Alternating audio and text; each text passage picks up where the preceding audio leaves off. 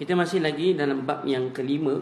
Kita baru mula lagi bab yang kelima ni tuan-tuan. Babu al-khamis fi adabi at-ta'amul ma'an Nabi sallallahu alaihi wasallam wa ahli baitihi. Kita dalam perbincangan bab yang kelima dalam berkaitan dengan adab bermuamalah, adab muamalah bersama dengan Nabi sallallahu alaihi wasallam dan ahli keluarga baginda sallallahu alaihi wasallam. Kita dah baca dah beberapa hadis, 3 hadis dalam bab ni tuan-tuan mati Allah. Sebelum kita masuk perbincangan lebih lanjut berkaitan dengan hadis Nabi sallallahu alaihi wasallam, 3 hadis dalam bab ini, suka saya ingin sikit mukaddimah berkaitan dengan Nabi dan juga Ahlul Bait. Nabi, perkataan Nabi ini tuan-tuan mati Allah Subhanahu wa taala ialah, kalau kita ambil daripada dia punya pecahan perkataan dia adalah daripada naba'a, iaitu khabar, iaitu khabar ataupun pemberitahuan.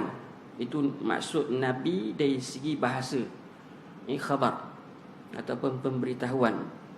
Dan daripada istilahnya ialah seorang manusia ataupun lelaki mati Allah yang merdeka, yang diwahyukan kepadanya dengan satu syariat dan dibangkitkan kepada kaum orang-orang yang beriman dengan syariat yang sebelumnya. Itu Nabi. Dia kalau Rasul dengan syariat yang baru, ada dengan syariat yang baru. Sebab setiap Nabi, setiap Rasul itu dia akan membawa syariat yang berbeza-beza. Allah sebut dalam Al-Quran, likullin ja'alna minkum syir'atan wa minhaja. Likullin ja'alna, maknanya setiap Rasul itu kami jadikan manhaj yang dan syariat yang berbeza-beza, tak sama. Maka tuan-tuan mati Allah, itu adalah ta'rifan Nabi. Sebenarnya baik Nabi ke, baik Rasul ke, tuan-tuan mati Allah, kedua-duanya dituntut untuk menyampaikan. Nabi ke Rasulnya, dua-duanya dituntut untuk menyampaikan. Cuma beza di antara Nabi dengan Rasul ialah syariat itu, syariat yang baru. Rasul membawa syariat yang baru, adapun Nabi dia meneruskan syariat yang sedia ada. Wallahu a'lam. Kemudian tuan-tuan yang dirahmati Allah Subhanahu wa taala, adapun Ahlul Bait, bila sebut sahaja Ahlul Bait, maka di sini tuan-tuan mati Allah Subhanahu wa taala perlu kita tahu siapa yang dimaksudkan Ahlul Bait. Ahlul Bait yang dimaksudkan oleh para ulama Ahli Sunnah wal Jamaah, iaitu yang pertama sekali dipanggil Ahlul Kisa'. Ahlu Al-Kisa' dipanggil. Yang kedua, isteri-isteri Rasulullah sallallahu alaihi wasallam. Yang ketiga, anak-anak dia dan cucu-cucu dia serta kaum kerabatnya daripada keturunan Bani Hashim dan juga Bani Muttalib. Itu Ahlul Bait. Sekali lagi saya ulang, nama Allah, Ahlul Bait menurut Ahli Sunnah wal Jamaah ialah Ahlul Kisa'. Dia panggil Ahlul Kisa'. Apa dia, siapa dia Ahlul Kisa'? Kejap lagi saya jelaskan. Yang kedua ialah isteri-isteri Rasulullah sallallahu alaihi wasallam. Yang ketiga ialah anak-anak dan cucu-cucu cicit baginda sallallahu alaihi wasallam. Dan yang seterusnya ialah kaum kerabatnya daripada keturunan Bani Hashim dan juga Bani Muttalib. Bani Muttalib katakan. Jadi ini adalah merupakan ta'rifan yang disimpulkan berdasarkan pandangan Ahli Sunnah wal Jamaah. Tuan-tuan yang mati Allah Subhanahu wa taala, siapa dia Ahlul Kisa'? Ahlul Kisa' mati Allah yang disebut oleh para ulama, Ahlul Kisa' ialah golongan yang, maksudnya Kisa' itu kain. Ahlul Kisa' ialah golongan yang diselubungi kain. Itu istilah, menyatakan kiasan antara golongan yang disebut secara khusus sebagai Ahlul Bait. Mereka itu terdiri daripada orang 5 orang. Ahlul Kisa' ni ada 5 orang. Siapa mereka ni? Yang pertama sekali ialah Hasan radhiyallahu anhu, Husain radhiyallahu an, Fatimah radhiyallahu an, yang pertama sekali Nabi lah, Nabi sallallahu alaihi wasallam, kemudian Fatimah Az-Zahra, kemudian Sayyidina Husain radhiyallahu an, kemudian Hasan dan Husain. Itu dipanggil ahlul qisa. Dan disebut dalam satu riwayat nama Allah Subhanahu wa taala, kharaja an-nabiy sallallahu alaihi wasallam ghadatan wa alaihi mirtun murahhilun min sya'rin aswad faja'a al-Hasan ابن علي فأدخله ثم جاء الحسين فدخل معه ثم جاءت فاطمة فأدخلها ثم جاء علي فأدخله ثم قال إنما يريد الله ليذهب عنكم الرجس أهل البيت ويطهركم تطهيرا. Baginda sallallahu alaihi wasallam pada satu pagi membawa sebuah kain kisahlah bersama dengannya. Lalu kain itu diperbuat daripada bulu warna hitam. Lalu apabila Hasan bin Ali datang kepada baginda menyelubunginya dengan kain tersebut. Kemudian Husain datang, baginda menyelubunginya bersama. Kemudian Fatimah datang, diselubungi juga sekali dengan Fatimah. Ali datang pun, Ali diselubungi juga dengan kain tersebut. Lantas Nabi memetik ayat Al-Quran, innama yuridullahu liyudhhiba ankum ar-rijsa ahlal bait wa yutahhirukum tathira. Sesungguhnya Allah ingin membersihkan kamu semua sebagai ahli bait daripada sebarang kotoran dan menjadikan kamu semua suci sesucinya. Surah Al-Ahzab ayat 33. Tuan-tuan yang dirahmati Allah Subhanahu wa taala, itu ahlul kisah. Kalau sebut ahli kisah ada lima orang lah, katakan. Dan seterusnya isteri-isteri baginda sallallahu alaihi wasallam, dan kita kata cucu cicit baginda sallallahu alaihi wasallam, dan juga kaum keluarga baginda sallallahu alaihi wasallam dari Bani Hashim dan juga Bani Muttalib. Kemudian tuan-tuan mati Allah Subhanahu wa taala, kita datang ke Malaysia. Kita datang ke Malaysia ni, memang kita dah Malaysia. Cuma kat Malaysia ni tuan-tuan, siapa dia yang dipanggil istilah yang dipanggil ahlul bait dekat Malaysia ni. Di Malaysia nama Allah Subhanahu wa taala, wallahu alam, kalau kita lihat yang masyhur, kalau kita lihat dalam ta'rifan yang ada kat Malaysia ni, kalau kita dalam kamus dewan misalnya kata syarif ataupun golongan dipanggil Sayyid dan Syarifah, adalah satu title yang diletakkan khusus untuk keturunan Nabi sallallahu alaihi wasallam. Itu yang betul katakan. Tapi adakah yang hari ini orang meletakkan Said dengan Syarifah benar-benar keturunan Nabi sallallahu alaihi wasallam? Itu kena periksa betul-betul lah. Tak. Kalau sebab sekarang ni kita tak boleh nak kata Said dengan Syarifah je dia keturunan Nabi. Mungkin saja dia hanya keturunan Arab, dan kena cek dia punya silsilah keluarga betul lah, siapa dia. Dan begitu juga kalau di sana dalam hati Allah Subhanahu wa taala, setengahnya menyatakan bahawa golongan kat Malaysia ni Wan. Kalau Terengganu Wan kan, Wan ni Wan Ismail, Wan Golok ke gitulah, katakan yang ada Wan ni juga juga termasuk dalam istilah yang diguna pakai untuk ahlul bait, katakan kalau ada wan di awan. Dan ada juga yang menyatakan tuan katakan wallahu a'lam. Kita kata di situ normat Allah Subhanahu wa taala, apa pun istilah yang digunakan, sama ada dia bukan tuan, tun. Kalau ikut dalam dalam kajian ni, dia gunakan tun. Tukku dengan ataupun tokku. Tukku dengan tokku pun juga antara istilah yang digunakan oleh keturunan ahlul bait di Aceh, juga di Malaysia. Normat Allah Subhanahu wa taala ada juga yang menggunakan perkataan tukku atau tokku, katakan. Wallahu alam, itu istilah-istilah. Tapi yang jelasnya di Malaysia ni, yang saya ingat saya normat Allah, kalau di ujungnya ada Ali Idrus, Ali Idrus maknanya makruf. Memang kita kata Ali Idrus ini dia adalah, kita kata memang susu galurnya adalah kepada Nabi sallallahu alaihi wasallam. Kadang-kadang kita dengar biasa, itu yang biasalah yang saya boleh kongsikan, yang biasa. Adapun rahmat Allah Subhanahu wa taala, kita kat Malaysia ni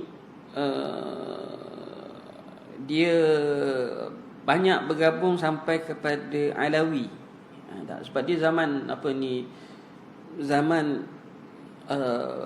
kita kata dulu pedagang-pedagang daripada Yaman ramai datang ke Nusantara, Aceh, Melaka untuk berdagang dengan Allah Subhanahu wa taala, sebab Islam datangnya daripada Yaman, daripada Yaman datang ke India, India datang pergi ke Indonesia, daripada sananya kemudian merebak yang dikatakan Wali Songo tu, kan, dan dikatakan Wali Songo tu semuanya adalah keturunan daripada Ahlul Bait.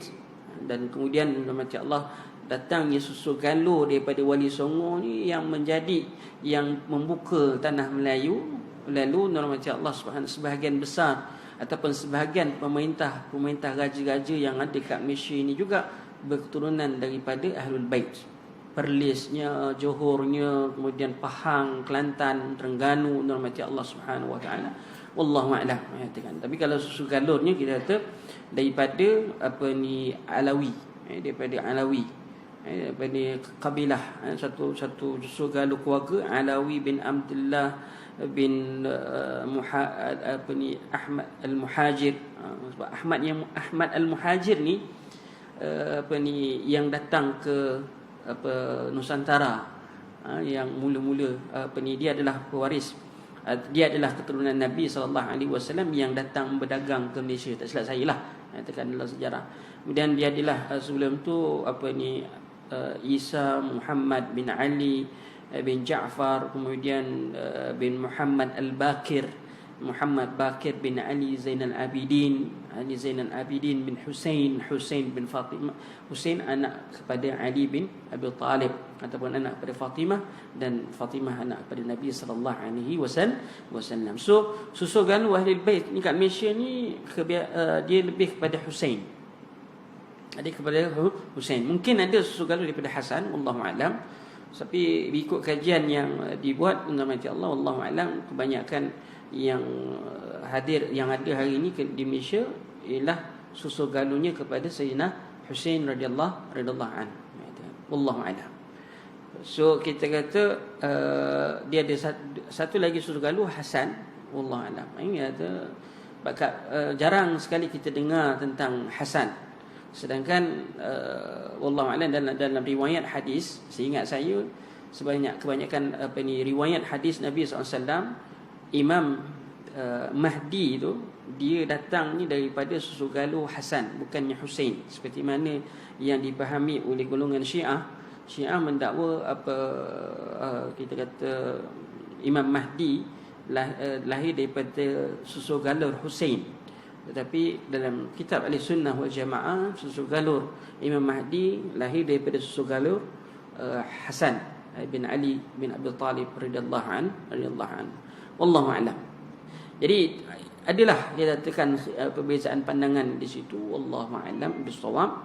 Ala kulli hal, apapun sedikit perkongsian pada tuan-tuan dengan Ahlul Bait. Seorang itu tidak boleh mendakwa dia Ahlul Bait semata-mata kecuali dia kena datangkan bukti lah. Kita kata qul hatu burhanakum in kuntum sadiqin.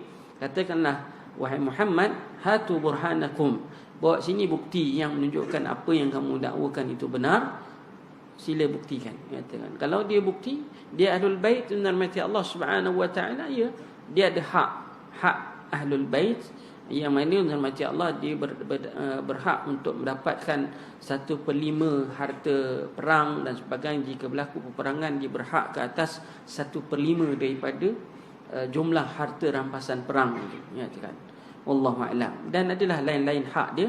Dan Ahlul Bait ini kena tahu dia tak boleh terima duit zakat. Dia tak boleh terima duit zakat. Keluarga Nabi SAW sama sekali tidak boleh terima duit zakat. Duit hadiah, duit lain tak apa, tapi duit zakat tak boleh. Dah zakat je tak boleh. Wallahu a'lam. Jadi tuan-tuan yang dirahmati Allah, kadang-kadang kalau katalah kita lihat dia keluarga Nabi, dia adalah ahlul bait, tapi masya-Allah ada dengan tak tutup auratnya, tekan dengan seksinya, dengan tak jaganya apa ni akhlaknya, agamanya, tuan-tuan. Kita benci, yes, bencinya kerana Allah, bukan benci kerana kita kata bencinya kerana Allah, bukan benci kerana keturunan dia, tidak. Keturunan dia kita tetap mencintai keluarga Nabi sallallahu alaihi wasallam. Kita bencikan perangai dia tu kerana Allah Subhanahu wa taala. Kita bencikan kekufuran dia kerana Allah Subhanahu wa taala. Macam kita bencikan Abu Talib. Abu Talib menghormati Allah Subhanahu wa taala, walaupun dia kafir, katakan ya, kita bencikan kekufurannya, kita bencikan kerana dia kafir, tapi bukan kita bencikan keturunan dia, iaitu dia adalah keturunan Nabi sallallahu alaihi wasallam. So kena bezakan. Kena bezakan. Bukan maknanya jangan sampai kita orang ni, manusia ni kadang-kadang dia bukan benci perangai, dia benci keturunannya sekali, katakan. Tak boleh, katakan. Keturunan satu part, perangai satu part, katakan. So kita benci kerana Allah, katakan, bukan kerana keturunan dia atau sebagainya, tidak. Sebab apa? Sebab dia bersalahan dengan apa yang diajar oleh baginda sallallahu alaihi wasallam, apa yang ditunjuk oleh Allah Subhanahu wa taala melalui Al-Quran dan melalui hadis Nabi sallallahu alaihi wasallam. Wallahu a'lam. So ada je, memang ada pun ramai je kita kata ahli keluarga Nabi sallallahu alaihi wasallam yang mutaakhir ini, yang hidup zaman milenium, zaman teknologi yang canggih hari ini, kita kata rahmat Allah, wallahu a'lam, Allah musta'an. Ada. Semoga Allah Subhanahu wa taala beri hidayah kepada kita semua. Amin ya rabbal alamin. Baik. Kemudian tuan-tuan macam Allah, kita nak lihat hadis Nabi SAW yang pertama. Itu kita kata berkaitan dengan Nabi SAW dan juga ahlul bait. Sayyidina Abi Hurairah radhiyallahu anna Nabi sallallahu alaihi wasallam qala kullu ummati yadkhulul jannah yawmal qiyamah illa man aba. Qalu wa man ya'ba ya Rasulullah? Qala man ata'ani dakhala al-jannah wa man asani faqad aba. Kalau kita lihat daripada hadis yang pertama ni daripada Abi Hurairah radhiyallahu anhu, katanya sabda Rasulullah sallallahu alaihi wasallam, semua umatku akan masuk ke dalam syurga pada hari kiamat kecuali mereka yang enggan. Para sahabat lantas bertanya, siapakah mereka yang enggan itu wahai Rasulullah?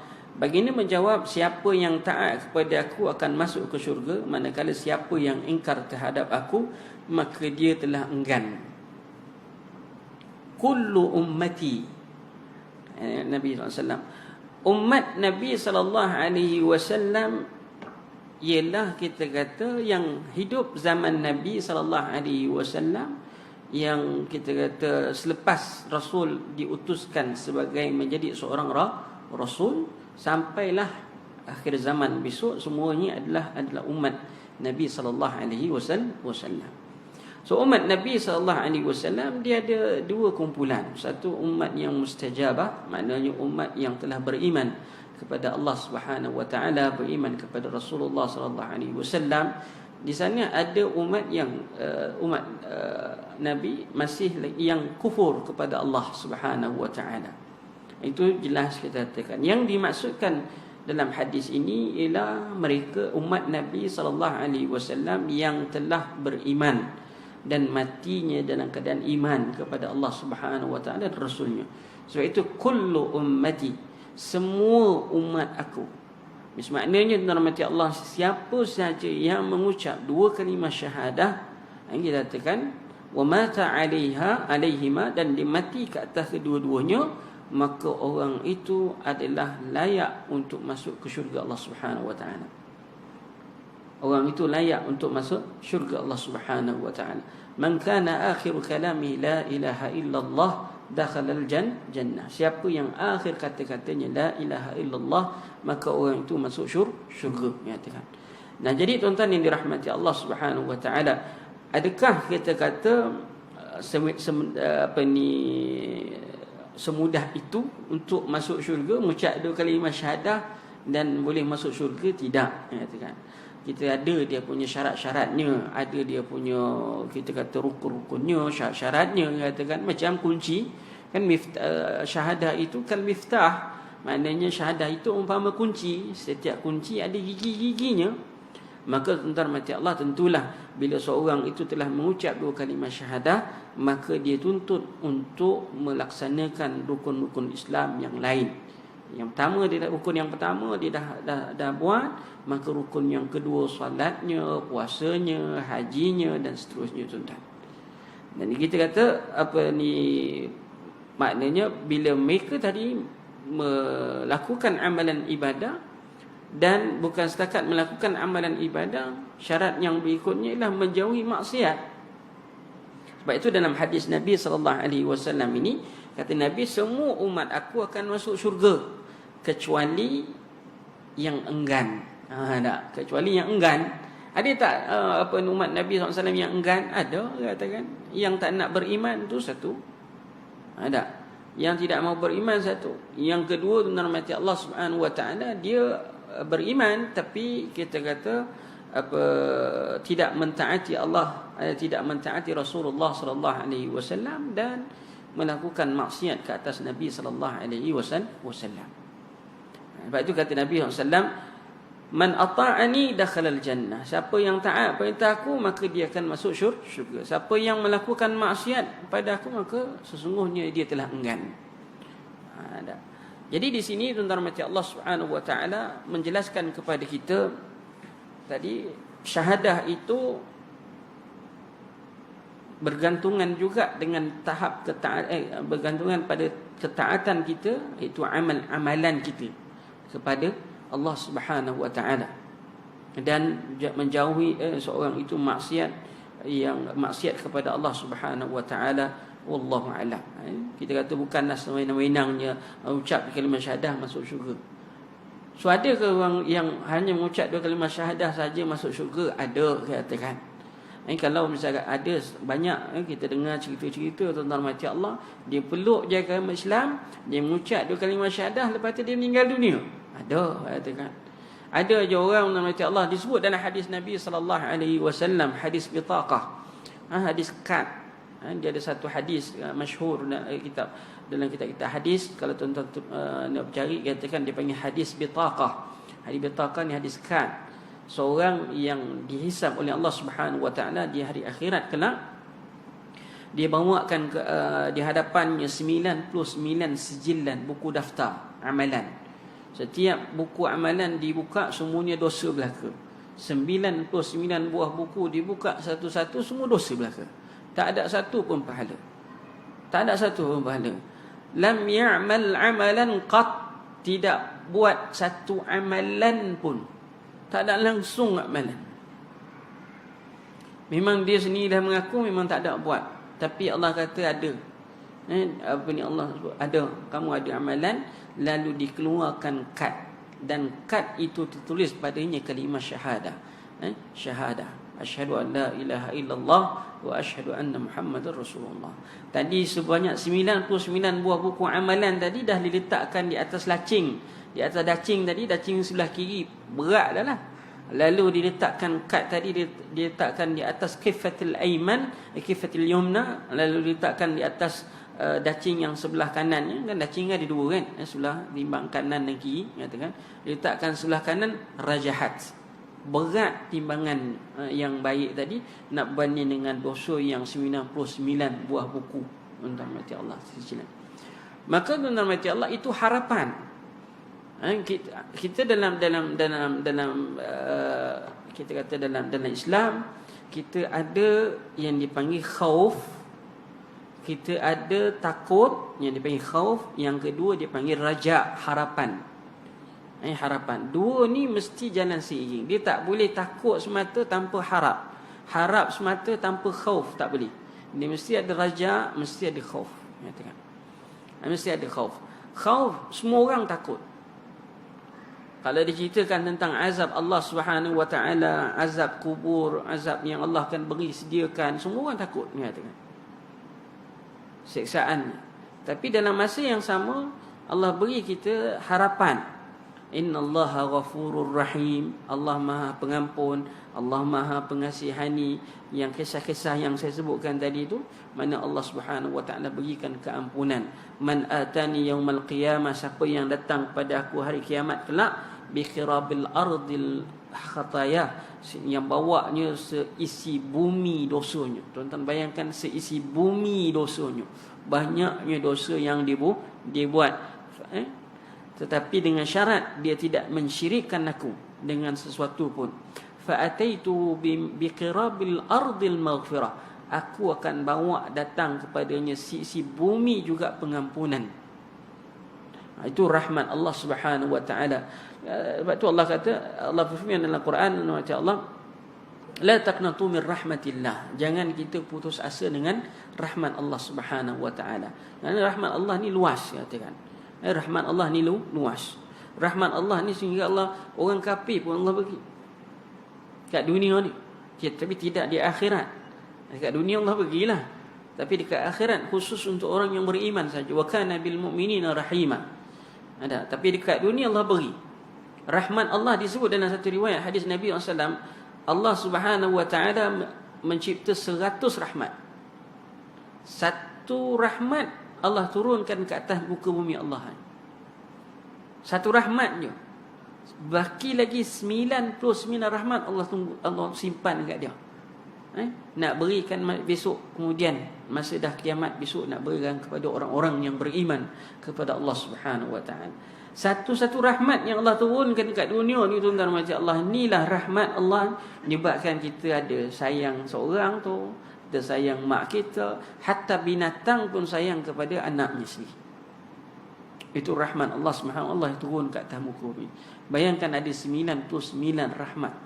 Satu hari Nabi SAW, ada seorang hamba ni, perempuan, dia tercari-cari anak dia. Dia tercari anak-anak hamba dalam lepas peperangan. Dia mencari, dia dah jadi tawanan perang, hamba lah.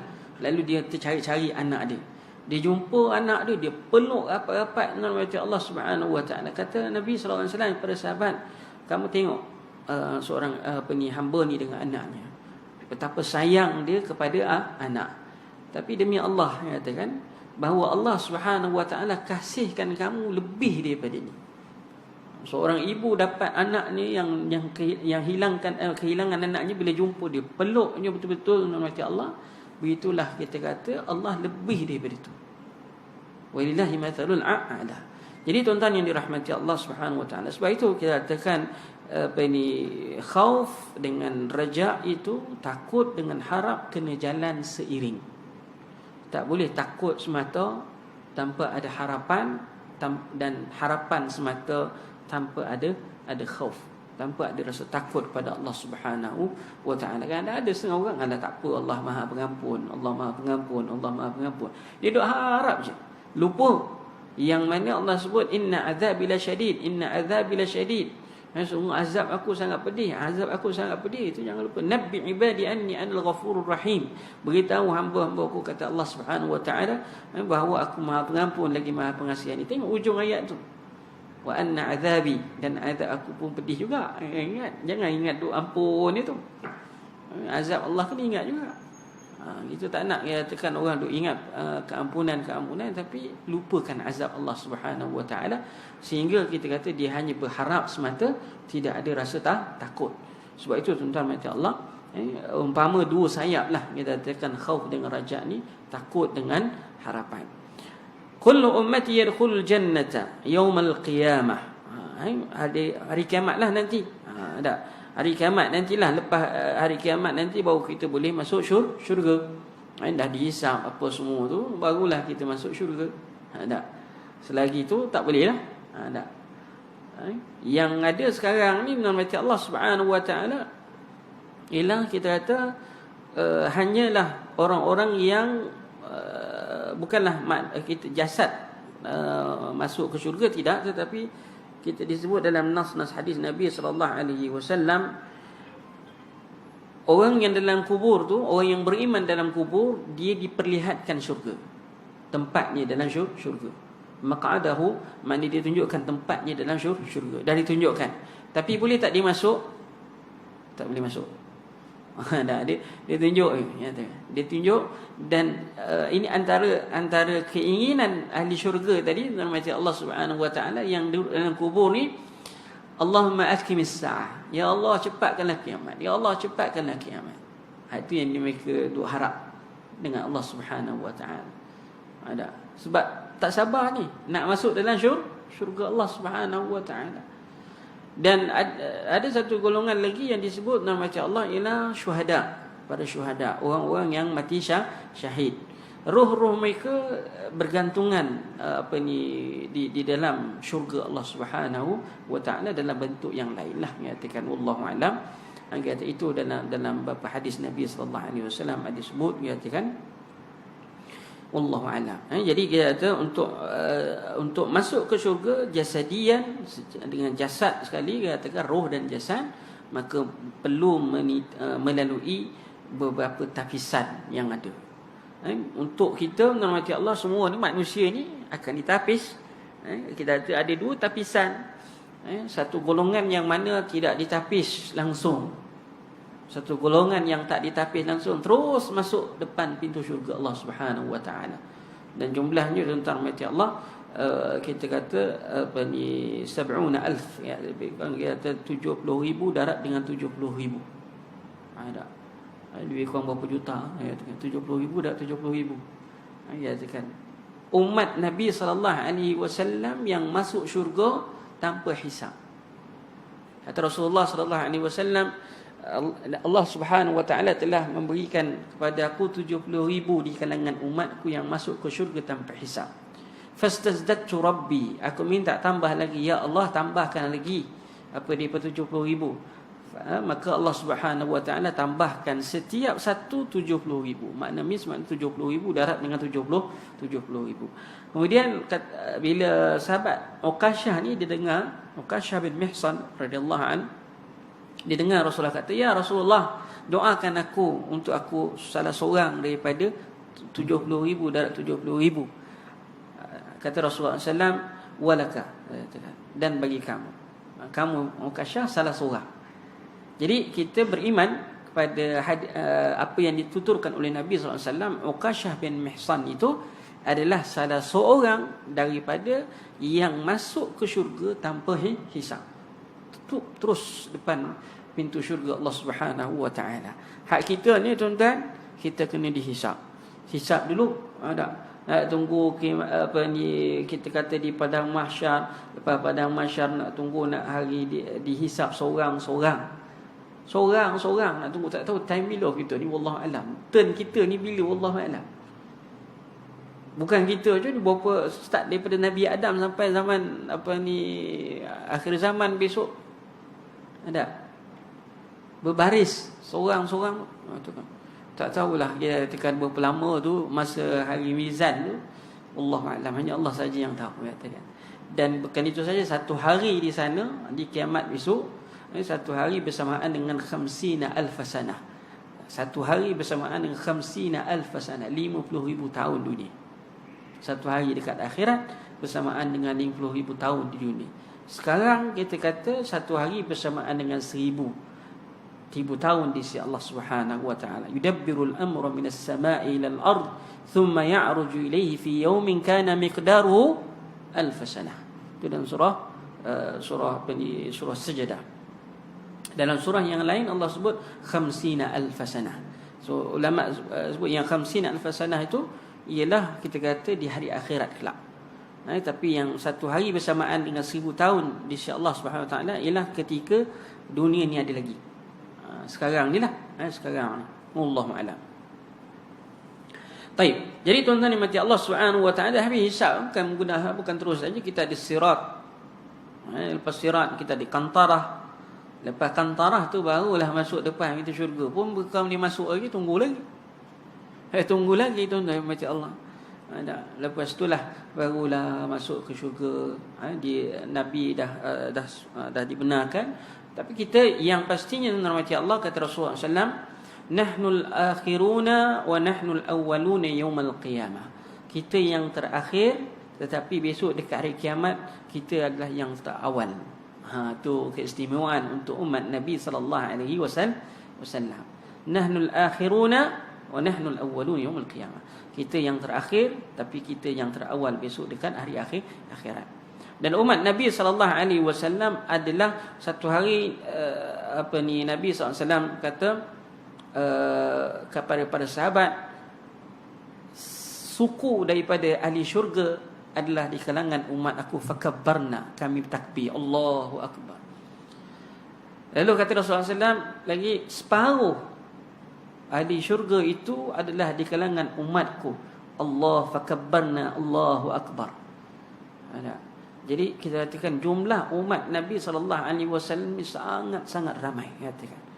Kita dah ada, kalau kita start kita dah 1400 hampir 1450 tahun, katakan, daripada start hijrahnya Nabi sallallahu alaihi wasallam. Kalau plus kita katakan sebelum hijrah dan sebagainya, mungkin dalam 1500 lebih kurang menurut Allah Subhanahu wa taala, kurang daripada itu. Tapi berapa ramai umat Nabi sallallahu alaihi wasallam ini, itu sangat ramai, wallahu a'lam, katakan. Umat yang terdahulu lama tahun tapi jumlahnya mungkin tak ramai. Umat yang terdahulu yang paling ramai ialah umat Nabi Musa AS. Umat Nabi Musa AS, ada nabi yang, ada rasul yang tak ada orang pun. Ada pengikut seorang dua, ada pengikut yang langsung tak ada pengikut pun ada. Yang langsung tak ada pengikut pun ada, katakan. Kan jumlah nabi itu ramai. Tapi tidaklah jumlahnya dihadkan, kita kata seperti dalam kitab-kitab tauhid, ada setengah-setengah kitab disebut 124,000 ke 313, itu ijtihad ulama letakkan jumlah itu. Tetapi tidak ada satu dalil yang khusus menyatakan jumlah yang terhad, wallahu a'lam. Dan sila azan dulu. Sila azan.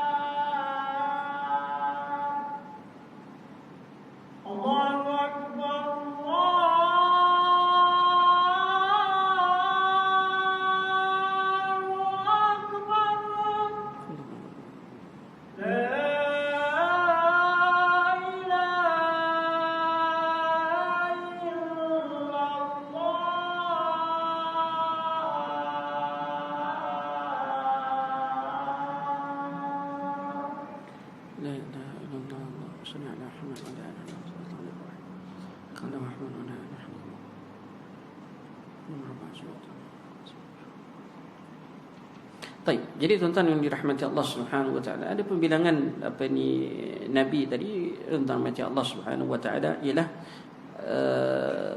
secara umumnya kita katakan jumlah yang sebenar tiada yang siapa yang ketahui kecuali Allah Subhanahu wa taala. Walaqad arsalna rusulan min qablika minhum man qasasna 'alaik wa minhum man lam naqsus 'alaik. Ada yang Allah ceritakan, ada Allah yang tak ceritakan pada kita belaka. Cuma ada pandangan katakan dalam satu hadis riwayat Abu Dzar radhiyallahu anhu fi hadis gharib, hadis yang gharib menurut Allah. Qultu ya Rasulullah kamil anbiya, berapa jumlah nabi? Qala 124,124,000. Qala qultu kam rasul min dhalik? Qala 313, ada 313. Tapi menurut Allah Subhanahu wa taala riwayat yang ada ni kita kata apa dalam riwayat sejak ini riwayat mana ni katakan Astagfirullahalazim,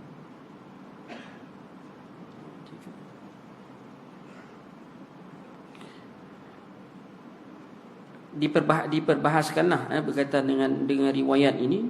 Ada yang walaupun dia diriwayatkan dalam riwayat Ibnu Katsir dan sebagainya, tetapi menurut Allah Subhanahu wa taala ada perbahasan sebab ulama meletakkan hadis tu gharib jiddan, gharib pelik, sangat-sangat pelik katakan riwayat tersebut. Wallahu a'lam. Mungkin ada kita kata jumlah itu yang diriwayatkan daripada ulama, tetapi sandaran kepada dalilnya tidak kuat katakan. Untuk nak menjazamkan jumlah itu, yang pastinya tuan-tuan mati Allah, kita rujuk kepada ayat Al-Quran yang saya bacakan tadi. Ada yang Allah ceritakan kepada kita dan ada yang Allah tak ceritakan kepada kita. Sudah cukup untuk menyatakan ramainya Nabi dan Rasul yang telah diutuskan oleh Allah Subhanahu wa ta'ala kepada umat manusia keseluruhannya. Wallahu a'lam. Tapi ada dekat Nabi sekarang lagi? Tak ada dah. Adakah Rasul sekarang? Tak ada dah.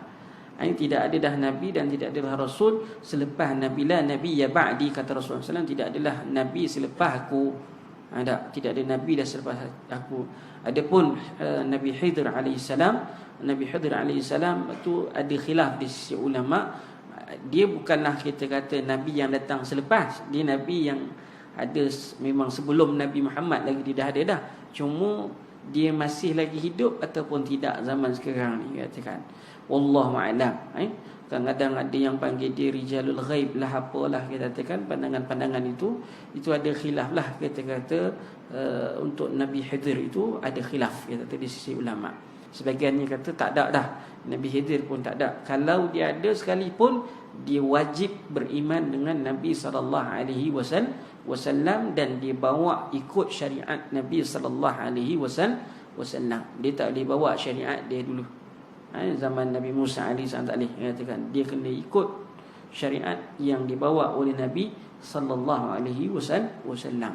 Seperti mana ada je Nabi yang masih lagi hidup. Kita katakan yang Nabi masih lagi hidup, antaranya yang disebut ialah Nabi Isa AS. Kita semua tahu sejarah bahawa Nabi Isa akan diturunkan dekat akhir zaman besok. Tetapi Nabi Isa AS pun yang masih diturunkan besok dekat akhir zaman besok, dia juga akan mengikut syariat yang dibawa oleh Nabi SAW. Dia tak bawa syariat dia, dia bawa syariat Nabi SAW. Wallahu a'lam.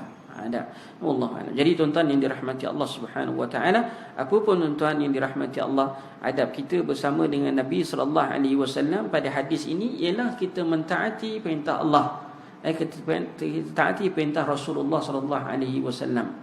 Man ata'ani dakhala al-jannah. Siapa yang mentaati perintahku, dia akan masuk syurga. Simple dia katakan. Taat perintah Nabi masuk syurga. Tapi nak taat perintah Nabi maknanya kita buat satu benda itu berdasarkan apa yang disuruh oleh Rasulullah SAW. Apa yang disuruh, yang tak disuruh jangan dibuat. Yang tak disuruh jangan dibuat. Yang tak disuruh jangan pandai-pandai kita create untuk diri kita sendiri. Sebab itu Nabi kata apa? Man raghiba an sunnati falaysa minni. Ada seorang, ada beberapa sahabat ni, dia pandai-pandai nak buat sendiri. Dia tak nak kahwin. Seorang lagi nama Allah, dia nak qiyam sepanjang malam. Dia buat cara sendiri. Dia nak buat cara sendiri. Qiyam sepanjang malam, tak nak tidur. Seorang lagi ataupun tak nak kahwin, nak beribadat je, katakan. Lalu Allah, Nabi kata, aku manusia, aku Nabi, aku Rasul. Tak ada orang yang lebih tak ada orang yang lebih kuat ibadatnya lebih daripada maknanya lebih daripada Nabi sallallahu alaihi wasallam. Afdal, yang paling afdal Nabi sallallahu alaihi wasallam. Aku tidur, ada juga aku masa aku bangun. Aku berumah tangga, ada isteri, kata. Nabi ada isteri, kata. Man raghiba an sunnati falaysa minni. Ada yang kata tak nak, 3 orang, satu yang nak qiyam sepanjang malam, satu tak nak kahwin, satu lagi nama Allah, dia nak puasa setiap hari. Nak puasa je, katakan. Nabi sendiri puasa, ada hari dia puasa, ada hari dia tak puasa. Nabi berkahwin, Nabi malam hari ada qiyam, ada masa dia qiyam, ada masa dia tidur. Faman raghiba an sunnati falaysa minni. Siapa yang tak suka sunnah pun. Sebab itu dalam beribadat ini kita tidak boleh pandai-pandai create ibadat sendiri, amalan sendiri, kecuali ianya dalam skop yang disuruh oleh Nabi sallallahu alaihi wasallam. Dalam skop yang dalam arti kata lain, sama ada kita kata ianya disuruh dalam konteks umum ataupun dalam konteks yang khusus. Tapi menurut Allah, jika tidak kita kata kita buat satu amalan, kita create, nampak benda itu baik di sisi pandangan kita, tetapi sebenarnya menurut Allah Subhanahu wa taala tidak semestinya pandangan syarak adalah baik. Kita kena ingat dia baik. Kita nampak benda itu bagus cara ni buat ni, tetapi tidak semestinya di sisi syarak itu adalah perkara yang baik. Dan di sisi syarak, contohnya kita kata puasa kan, puasa. Tadi sahabat Nabi nak puasa tiap-tiap hari, bagus tak? Nak puasa tiap-tiap hari bagus tak, Ros? Kita nampak bagus puasa tiap-tiap hari kan. Saya pernah jumpa orang tuan-tuan. Orang datang, ustaz nak tanya. Bukan dia lah yang bertanya tu, tak tahulah yang bertanya tu dia gunakan orang lain ke, ataupun dia nak tanya dia takut sebab orang yang bertanya ni macam-macam. Dia kata ada kawan dia, mungkin dia kata, dia guna nama orang kan. Dia kata, ustaz, dia kawan saya ni dia puasa 360 hari. Saya dengar tercengang. 360 hari puasa. Ya ustaz, ni kata. Apa hukumnya ustaz? Dia katakan 360 hari. Kita kalau orang datang pada kita, cerita kat kita dia puasa 360 hari, kita rasa apa? Kita rasa apa? Hebat, dahsyat kan? Sungguh masya-Allah, katakan 360 hari. Kenapa tak cukupkan 365? Kalau boleh 365 ustaz, dia kata. Tak boleh 5 hari lagi tu haram. Tahu pula hukum haram, kata. Tahu pula hukumnya haram puasa 5 hari tu. Hari raya Idul Fitri dan baki 4 hari itu adalah hari raya Idul Adha dan hari tasyrik. 3-4 hari dan plus hari raya. Jadi macam Allah Subhanahu itu puasa 360 hari. Nampak bagus, tetapi daripada sudut syarak macam Allah Subhanahu wa taala tidak semestinya. Nabi kata dalam hadis dia katakan afdal siyam sebaik-baik puasa ialah puasa Nabi Daud alaihi salam. Kana yasumu yawma wa yaftiru yawman. Saya puasa saya tak selang-seli. Sebab itu Nabi SAW bila ada seorang nak mendakwa dia nak puasa sepanjang masa, dia katakan man raghiba an sunnati falaysa minni. Siapa yang kita kata tak sukakan cara aku, sunnah aku, maka dia bukan daripada kalangan aku. Sebab tu Nabi larang puasa sepanjang masa. Naha Rasulullah SAW anil wisal, puasa berterusan. Tu Nabi larang. Puasa yang bagus ialah selang-seli. Kalau puasa berterusan, dia akan memudaratkan dia. Bukan kebaikan yang dia dapat, tetapi mudarat yang dia dapat. Mudarat yang dia akan dapat. Sebab itu Nabi larang. Dia katakan naha Rasulullah SAW anil wisal. Itu jelas dia katakan. Sebab Kita kata apa ni, man ata'ani, cukup dengan apa yang Nabi ajar ni pun tak mampu nak buat semuanya. Duk pandai-pandai nak create sendiri punya jalan macam Allah Subhanahu Wa Taala. Salah katakan. Nabi, kita kata Nabi dah tunjuk gini jalan ni, ikut jelah katakan. Jalan. Tapi nak faham tu kenalah ikut cara apa yang dipahami oleh para ulama. Saya beritahu tentang rahmat Allah Subhanahu Wa Taala, kita tak mampu nak merujuk kepada dalil hadis Al-Quran secara directly katakan. Ada, kita tak cukup. Dia panggil apa? Dia panggil ilmu alat tak cukup. Ilmu alat tak cukup. Bahasa Arab pun tak pandai. Bahasa kita kata ilmu usul fiqh pun tak tahu. Apa ni hadis pun tak tahu, tak hafal. Al-Quran apatah lagi. Tafsir ulama berkaitan dengan Al-Quran apatah lagi. Apa yang Nabi sebut dalam ayat-ayat ni, kat mana masa nasah dan mansuhnya, kita pun ke laut semua katakan. Tiba-tiba kita nak keluarkan hukum terus daripada Al-Quran dan hadis, tak, mana boleh. Sebab itu adanya ulama, rujuk ulama dan rahmat Allah Subhanahu Wa Taala.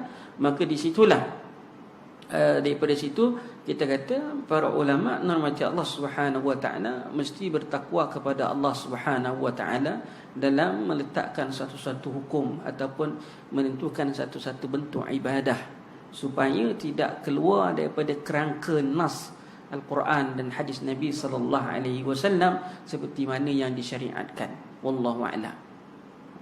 Jadi tuan-tuan yang dirahmati Allah, yang terakhirnya man asani faqad aba. Seterusnya siapa yang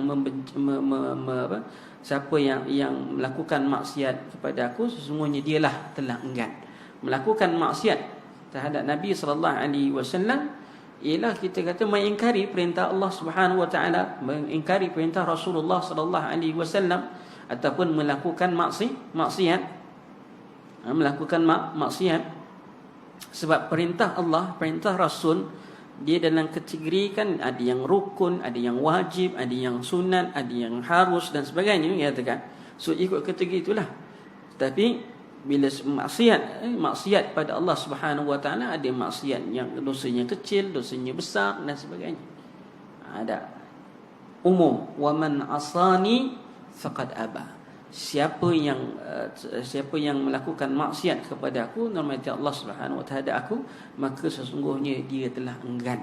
Dan orang yang telah enggan ini adalah selayaknya di dalam neraka Allah Subhanahu Wa Taala. Tapi jika umat yang beriman kepada Allah Subhanahu Wa Taala dan Rasulnya, dikata dia akan dimasukkan ke dalam neraka tetap dengan maksiat yang dilakukan. Sebab maksiat itu balik kepada kehendak Allah. Allah jika Allah nak ampun, dalam i'tiqad Ahlussunnah wal Jamaah, insya'a ghafara lahu wa insya'a 'adzabahu. Jika Allah nak, Allah boleh ampun. Allah tak nak, Allah boleh azab. Dan orang ini yang melakukan maksiat di kalangan umat Nabi SAW yang beriman, andai kata dia melakukan maksiat, maka dia adalah layak untuk dimasukkan ke dalam neraka Allah Subhanahu Wa Taala. Cuma tidak selama-lamanya, bukan kekal di dalamnya. Sebab itu dalam hadis Nabi SAW dia disebut, dia kata sayukhraju minan nari man kana fi qalbihi dzarrah minal iman. Akan dikeluarkan daripada api neraka itu seorang yang hanya ada sebesar zarah saja imannya, katakan sebesar zarah imannya. Jadi tuan-tuan yang dirahmati Allah Subhanahu Wa Taala, kita ni tuan-tuan, antara yang kita kata tips lah katakan, selain daripada ibadat apa semua, kita buat salat apa semua, kalau dapatlah kiranya kita berkawan dengan orang-orang yang alim, orang-orang yang bertakwa kepada Allah Subhanahu Wa Taala. Untung sabut besok timbul, ya tak? Kenapa saya kata gitu Ustaz? Dia katakan, kenapa Ustaz kata gitu? Besok ke akhirat diingat kat kita, dia boleh bagi syafaat kat kita. Andai kita dimasukkan ke dalam neraka, sebabkan dia kenal kita, dia rapat dengan kita, dengan harapan dia dapat tarik kita daripada neraka Allah Subhanahu Wa Taala. Ada. Itu tujuan. Kadang-kadang kita kenapa Ustaz suruh kawan dengan orang alim bertakwa kepada Allah? Supaya dia kenal kita. Saya kenal dia Ustaz, tapi Ustaz tak kenal. Bukan juga tu. Dia nak kita katakan biar orang tu kenal kita. Katakan bukan kita yang kenal dia. Kalau kita kenal semua kata. Mana? Kita nak orang tu kenal kita. Kata. Ada. Sebab tu insya-Allah wallahu alam menyatakan dengan harapan lah mudah-mudahan ada besok tuan-tuan mati Allah Subhanahu wa taala kotlah menyatakan wallahu alam kita pun tak tahu ada bolehlah selamatkan menyatakan ada siapa ini kita ada peluang. Orang yang orang ini ada peluang. Aman yang ahli syurga tadi setiap ahli syurga Allah Subhanahu wa taala ada peluang diberikan dia panggil syafaat diberikan daripada setiap ahli syurga tadi untuk memberi syafaat kepada siapa yang dia nak dengan izin Allah Subhanahu wa taala. Dengan izin Allah Subhanahu wa taala. Wallahu a'lam. Jadi itu dia tuan-tuan sikit dikatakan hadis yang pertama iaitu riwayat Imam Ahmad tadi dan insya-Allah kita lihat nanti pada masa yang datang hadis yang berikut la yu'minu ahadukum hatta akuna ahabba ilaihi min waladihi wa walidihi wan nasi ajma'in. Tidak sempurna iman seseorang itu sehinggalah Nabi sallallahu alaihi wasallam itu Nabi sallallahu alaihi wasallam menjadi orang yang paling dikasihi berbanding dengan anaknya sendiri, ibu bapanya sendiri dan manusia keseluruhannya. Wallahu a'lam. Nanti kita kupas hadis ni pada masa yang akan datang. Setakat itu saja. Wallahu ta'ala a'lam. Kita akhiri dengan bacaan tasbih kafarah. Subhanakallahumma bihamdika asyhadu an la ilaha illa anta wa astaghfiruka wa atubu ilaik. Assalamualaikum warahmatullahi wabarakatuh.